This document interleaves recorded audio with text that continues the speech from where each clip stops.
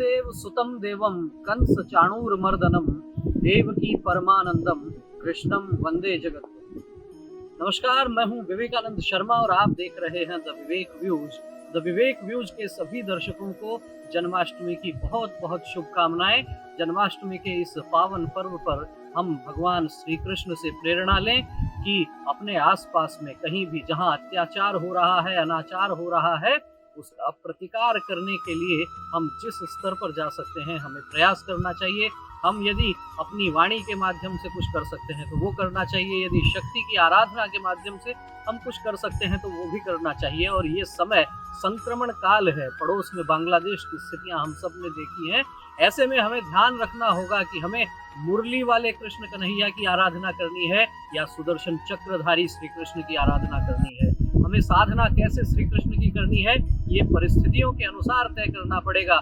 जिन्होंने एक हाथ में चक्र सुदर्शन रखकर विश्व शांति का संदेश दिया, जिन्होंने गीता के माध्यम से एक जीवन जीने का पाथेय हमें प्रदान किया, ऐसे भगवान श्री कृष्ण जिनको योगेश्वर कहा गया है, जिनको योगेश्वर श्री कृष्ण कहा गया है, उन्होंने किस प्रकार से महाभारत रचा ये भी देखना पड़ेगा। और जब दुर्योधन का अहंकार बढ़ता है तो किस प्रकार से विराट स्वरूप दिखाते हैं और कहते हैं दुर्योधन को जिस प्रकार से विराट स्वरूप का दर्शन करवाते हुए, आ दुर्योधन बांध मुझे जंजीर बढ़ाकर साध मुझे, यह देख गगन मुझ में लय है, यह देख गगन मुझ में लय है।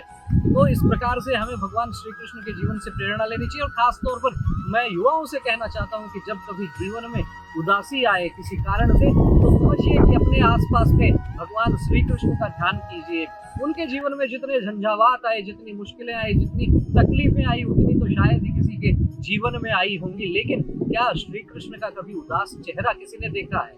ये विचार करना पड़ेगा। तो छोटी छोटी मुसीबतों से क्या टकराना, ये क्या घबराना, उनसे टकराइए, उनसे भिड़िए और मात दीजिए उन मुसीबतों को। याद कीजिए इस जन्माष्टमी के पावन पर्व पर श्री कृष्ण के उल्लासित और उस उन्मुक्त हंसी और उस मुस्कान को देखिए जो सारी समस्याओं का निराकरण करती है।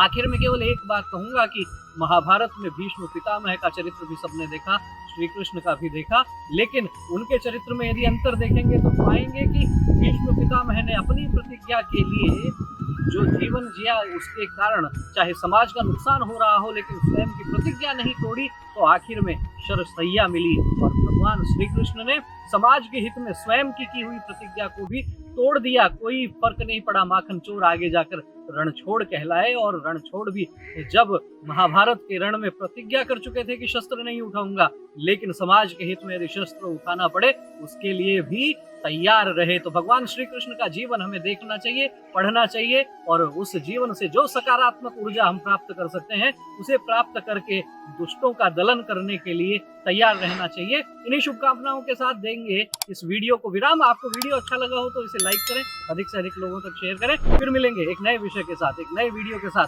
तब तक आप देखते रहिए द विवेक न्यूज। पुनः जन्माष्टमी की बहुत बहुत शुभकामनाएं। नमस्कार।